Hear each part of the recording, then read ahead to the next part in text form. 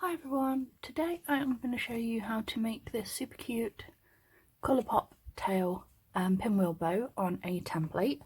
This is what the look of the bow is, and obviously you've got the blue on top and purple there, and then the opposite way round on this side. And this is using 1.5 inch ribbon, 1.5 inch ribbon, and it is 70 centimetres for the main part of the bow and two 10 centimetre pieces for the tails. Okay, but all the measurements and everything will be in the description below, along with the other sizes of ribbon, your 1 inch, 2 inch, 3 inch, etc., and the corresponding template that suits them best. This one we're going to do on a 5 inch template. Okay, and I have got my template ready here. I've also already got my ribbon ready here, a matching 9mm, some clips, my lighter, and my scissors. Okay, now if you haven't got a wooden template like mine, you can make your own using cardboard. You want extra strength cardboard, the strongest you can find, and what you would do is measure the size of the template you want. So on this one I was going to do a 4 inch one, so measure that across, draw your lines like so. This is what it should look like. Okay, you want your gap, so your gap like on mine for your stitch placement, I would say do them at least 1 centimetre wide, just so you do it. And again, work out the midpoint, and what I do is 1/2 centimetre over either side, black that out so you know where to cut that. You cut this out, and then you use your sellotape around your edges just to make it easier to slip them off the template. But like I said, they're really simple to do, and there is a free template guide, so I'll link that below so you can use that as a guide for like cutting your sizes out. Okay, so I have already started with this one. So I've got the main piece, which is 70 centimetres, and what I've also done is this is one part of the 10 centimetre, and what I have done is I have used my B7000, but you can also use hemming tape, double-sided tape, or even your glue gun. If you are able to stitch through your glue gun glue and get it thin enough, you can use that instead. And all I have done, you'll be able to see, I haven't glued it completely down, I have just tacked it where it lays over the top, the first 10 centimetres. Okay, and then on the other side, not the same side, the opposite side, I have done exactly the same thing. So let me show you. Get this fluff out of the way. So this is opposite sides, so it's not the same side, they're not, see, opposite. So that's how you get that colour on top and the colour on the bottom, okay? And that's where the colour pop terms come from. Okay, so I'm going to take this side. We've got our template. There we go. What I've already done, because I already made sure this fitted on my template correctly, is this one. This edge here, you want this slightly over your stitch guide. Okay, because this is the bit that we need to stitch through to keep this ribbon held against the main part.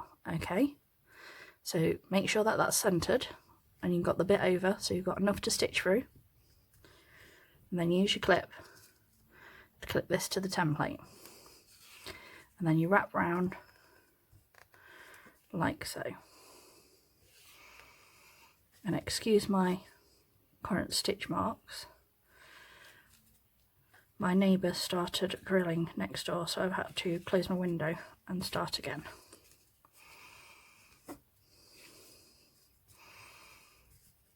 So you wrap your template just like this.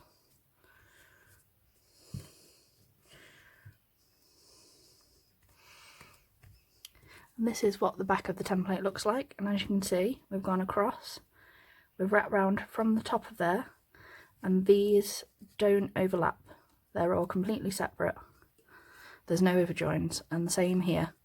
You should have 3, no overlaps or anything like that.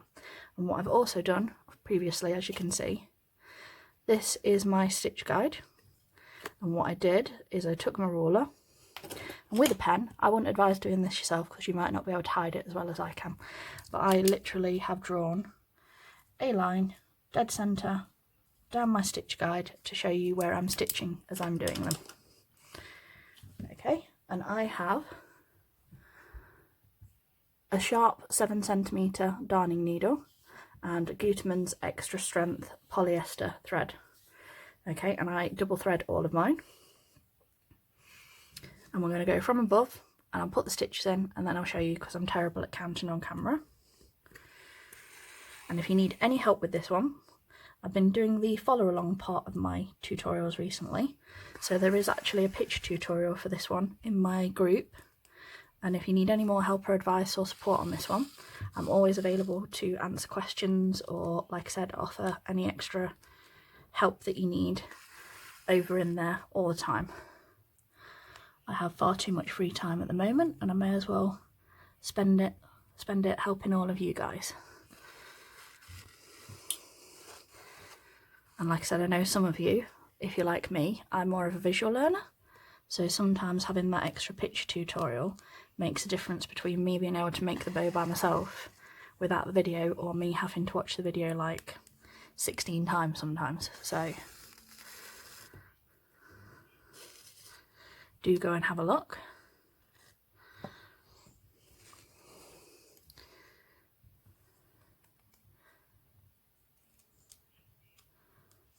Okay. Now, as you can see, my template's a little short and my stitch guide finishes here and we need to stitch up to here. So if you have a slightly shorter one, don't be afraid to do this. And what you do once you've got those bottom stitches in is, and this is why I advise putting the sellotape around the edges on yours.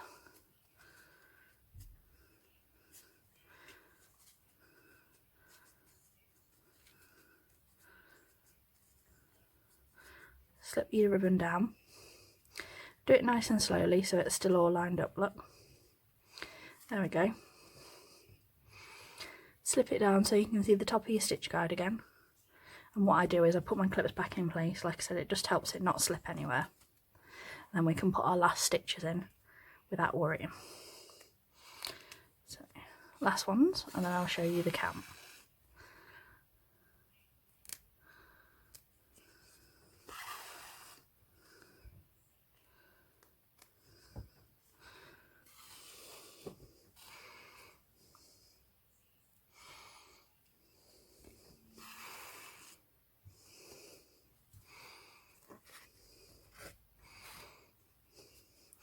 There we go.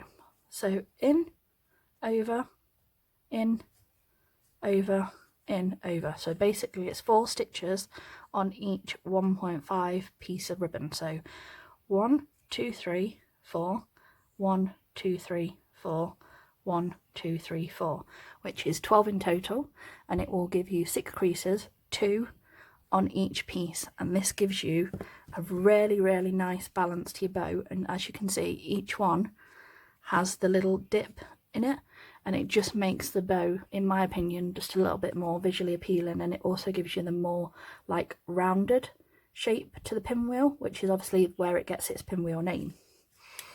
So like I said, that's a little tip for you all. So once you're happy with your stitch placement, you can take this off and I'll just show you the front and the back so you can see. So this is the front. So 1, 2, 3, 4, 5, 6, 7, 8, 9, 10, 11, 12. And always remember, start in, come out. And on the back, you'll see 1, 1, 2, 3, 4, 5, 6. So 1, 2, 3, 4, 5, 6. And obviously, as I said, when you pull it together, you get 6 creases. So if you've got 6 on the back, you've done it right because you're going to get the 6 creases. So once you're happy with everything, I hold as much as I can through my bottom fingers here. And then you can pull. And don't worry if it looks a little bit messy at the minute. Pull and cinch it. Like so. Now I will say, the reason I've barely done anything over this side of the template is you don't want this all the way over here. Okay, you don't want a lot of it over that stitch guide, because if we'd have done it too far over, it would be showing up here, and when we wrap our centre we won't be able to hide it. We don't want that. We want that hidden in that middle, so no one else knows it's there other than us. So wrap that round like so, stitch it off however you personally prefer.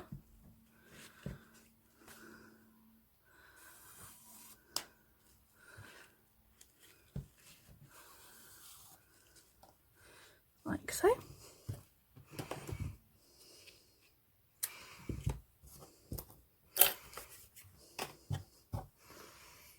Sorry, you may have noticed I don't like messy working. So, there we go.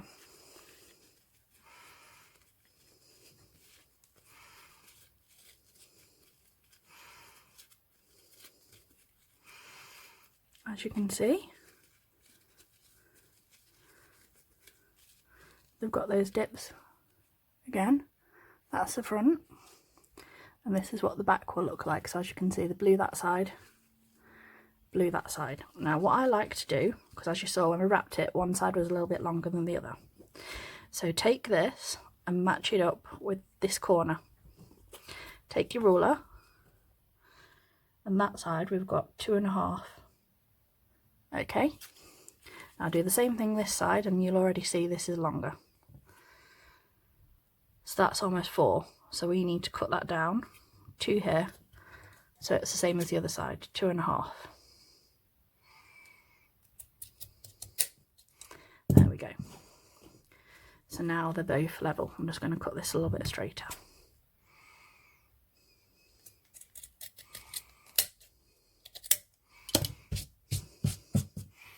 There we go. So now they're both the same length. Okay. The other thing I like to do is, again, this front tail on both sides, we want to do about 1 centimetre up.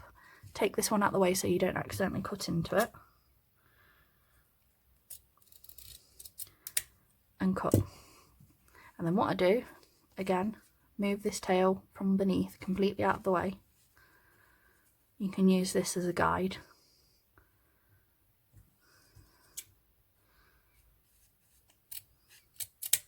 To cut the same amount both sides. Okay, now if you wanted to, you could leave them like that and just heat seal them up. But I like, as you can see on this one, I've done this on an angle, but you can curve, you can spike, you can do whatever style of tails you like. I just like to do a slight angle like this on these types. Just like that. Same again, try and do it at the same angle if you need a little guidance.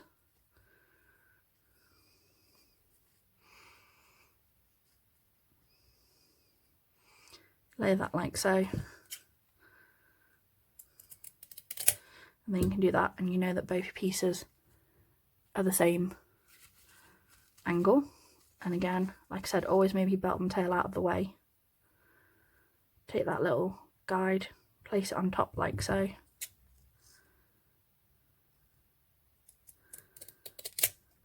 And use it as a guide for your other cuts. And this will help you get like a balanced,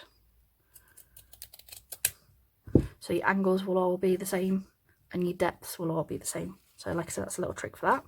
And again, don't forget to heat seal everything with the clear blue bit of the flame.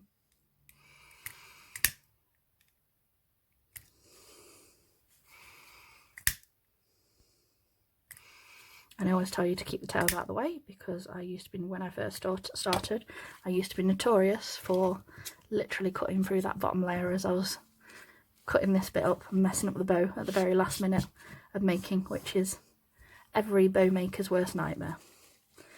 So there we go. Let me just get my clip, that's too long. There we go, a nice 45mm clip. Touch of glue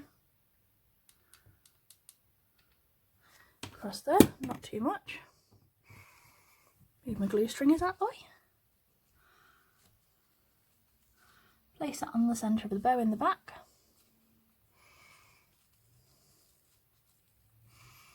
There we go, hold that down a second.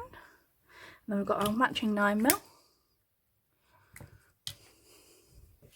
Now thinking about it, I should have done the blue to match this rather than the purple, but that's the one that I had available when I went to make it, so we're going to make them match now.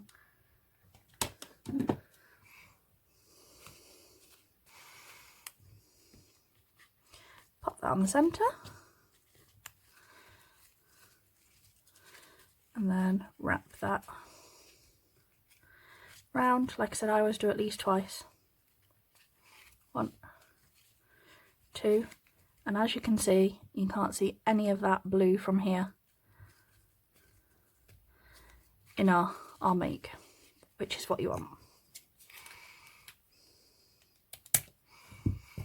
Okay, clip that down, heat seal that, and we'll glue that in.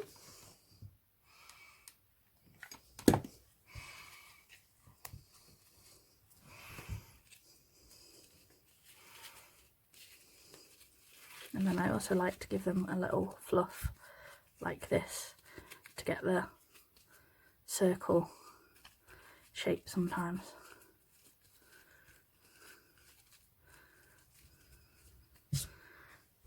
There you go. So there is your cute Colourpop pinwheel. There you go. Like I said, the picture tutorial will be on the Facebook group. Like I said, all the links and descriptions below and the sizing will all be in the description box. Don't forget to like, share and subscribe, and thank you for watching. Bye!